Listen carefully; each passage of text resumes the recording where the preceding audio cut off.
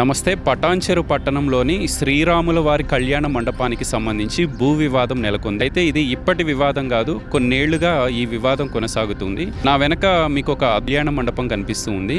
శిథిలావస్థలో ఉన్న ఆ కళ్యాణ మండపానికి సంబంధించి ఆ భూమిలో ఇతరులు ప్రమేయం చేసుకుంటున్నారు అని చెప్పి, ఇది హిందువుల మనోభావాలను, వాళ్ళ ఆత్మగౌరవాన్ని దెబ్బతీసే విధంగా చర్యలు జరుగుతున్నాయి అని చెప్పి బీజేపీ నాయకులు విమర్శలు చేస్తూ ఉన్నారు. రాజశేఖర్ గారు, సుమారు 1000 ఏళ్ల చరిత్ర ఉంది ఈ కళ్యాణ మండపానికి. ఒక పక్కన శివాలయము, మరో పక్కన రాములవారి గుడి ఉంది.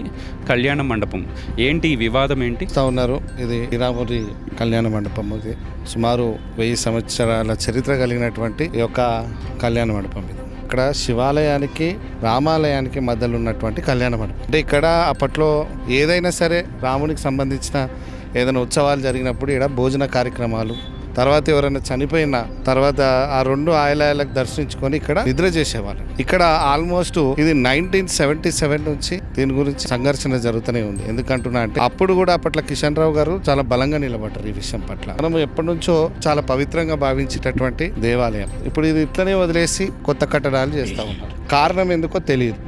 ఎందుకంటే ఈ కట్టడాలు ఇప్పుడు చూడండి, ఒకసారి రామప్ప టెంపుల్ తీసుకున్నా, వరంగల్ 1000 స్తంభాల గుడి తీసుకున్నా, ఉన్నటువంటి నాయకులు కానీ ఎవరు అధికారంలో ఉన్నా కూడా మన ఏషియంట్ మాన్యుమెంట్స్ని చాలా బ్రహ్మాండంగా రక్షించుకుంటున్నాం. ఇప్పుడు కూడా మనం ఏం అడుగుతున్నాము అని అంటే, ఇది ప్రాపర్గా ఫస్ట్ అయితే పరిరక్షణ చేసుకొని తర్వాత మేము, ఎందుకంటే ఇదివరకు కూడా 2015లో ఇలాంటి చర్యలే జరిగినాయి.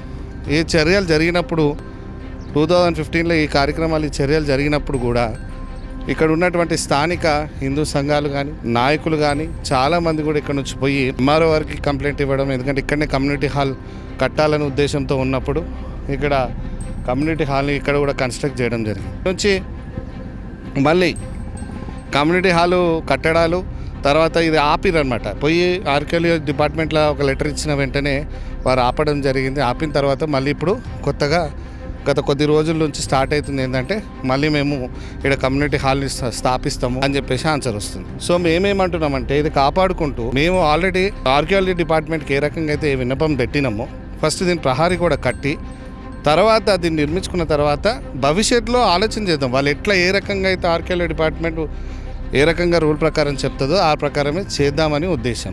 పటాన్చెరులో ఇప్పుడు నిన్న బడి దగ్గరకు వచ్చేసారు, ఈరోజు గుడి దగ్గర అయింది. ఇట్లా పాత కట్టడాలను, వారసత్వంగా వచ్చినటువంటి ఆస్తులను ఇట్లా కొల్లగొట్టుకుంటా పోతే రేపు భావి తరాలకి ఇంకేమి ఇస్తాము? ఇదే కదా ప్రశ్న.